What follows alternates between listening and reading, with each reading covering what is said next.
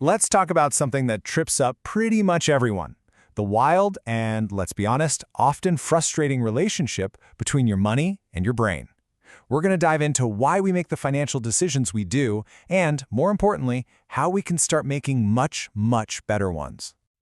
I mean, come on. Does this sound familiar? If you've ever invested, you have almost certainly asked yourself this very question, probably at the top of your lungs. It's that awful, sinking feeling after a bad decision that connects us all. And it turns out there's a real biological reason why so many incredibly smart people feel, well, kind of dumb when it comes to their money.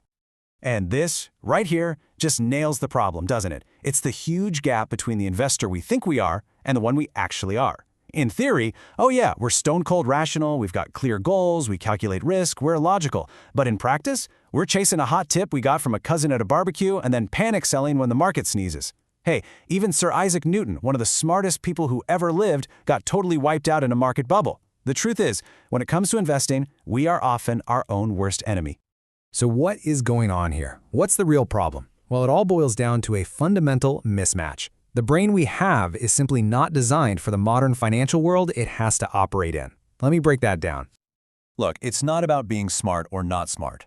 The problem is that our brains are programmed for survival in a world that frankly doesn't exist anymore. Our wiring is all about immediate dangers and immediate rewards. Our emotional circuits evolved to help us find the next berry bush, not to sit down and calmly analyze a quarterly earnings report.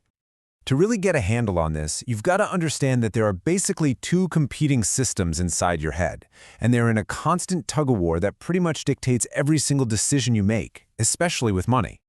Okay, so on one side, you've got the reflexive system. This is your gut, it's lightning fast, it's automatic, and it's all about emotion.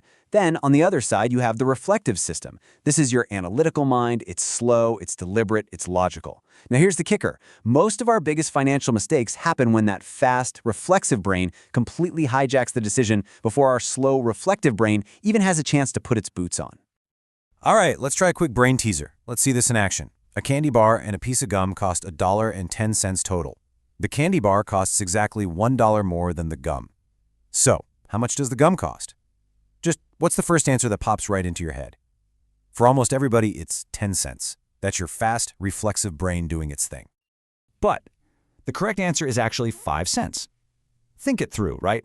If the gum is 5 cents, the candy bar, which is $1 more, is $1.05. Add them together, you get $1.10. Now to get there, you had to stop. Engage your slower, more deliberate, reflective brain and tell your gut instinct to take a hike. You had to override that initial impulse. Okay, let's try another one, but with your eyes this time. Pretty simple question. Which of these two horizontal lines is longer? For just about everyone, the bottom one looks longer. It seems obvious, right? No-brainer. But they are exactly the same length. You could pull out a ruler right now and prove it. And this right here, this is the perfect illustration of our problem. Even when your analytical, reflective brain knows for a fact that the lines are the same length, your intuitive, reflexive brain is so powerful it just keeps screaming, no, no, no, the bottom one is longer. This is exactly what happens when we panic sell in a falling market. Our reflective brain knows we should probably hold on for the long term, but our reflexive gut is screaming at us to get out right now.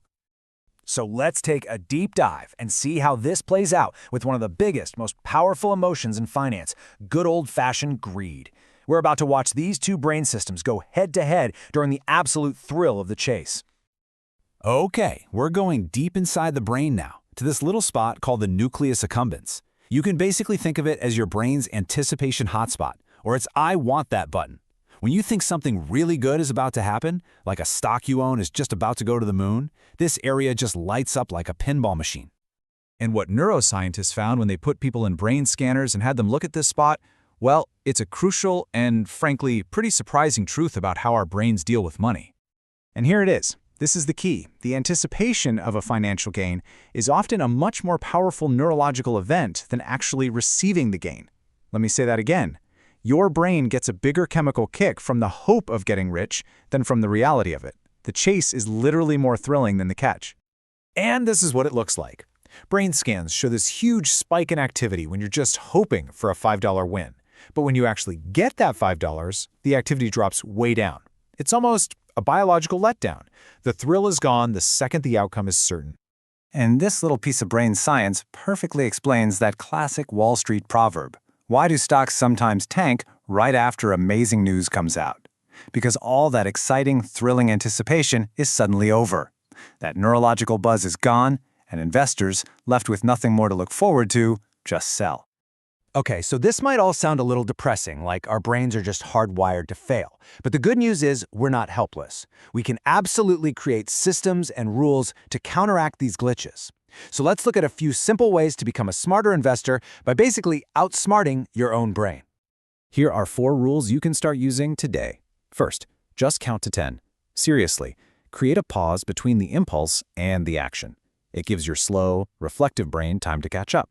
Second, take the global view. Instead of obsessing over that one stock that's crashing, zoom out and look at your total portfolio's value. It calms the panic. Third, and this one is huge, try to disprove your own ideas. Our brains love to find evidence that we're right. Force yourself to look for the reasons you might be wrong. And fourth, use a checklist. A simple written set of rules makes sure you're making decisions based on your strategy, not your mood. And here are a few more quick mental tricks to put your reflective brain back in the driver's seat.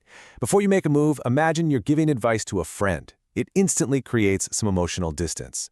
Actively go find a second opinion from someone you know will disagree with you. And always, always sleep on a big decision. Finally, remember, you're buying a piece of a business, not a lottery ticket. Focus on the value, not the daily price dance.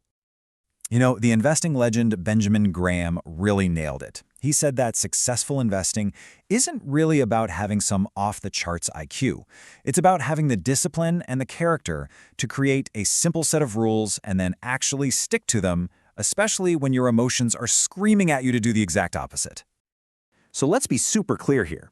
The goal isn't to turn into some kind of emotionless investment robot. Actually, being purely rational can be just as dangerous as being purely emotional. What all this new science is teaching us is that the best results come from harnessing those emotions, from finding that perfect balance between your fast, reflexive gut and your slow, reflective mind. And that's where we'll leave it for today. You've now been formally introduced to the 2 dueling characters living inside your financial mind. So the big question to leave you with is a simple one. Now that you know how your investing brain really works, what's the one thing you're going to do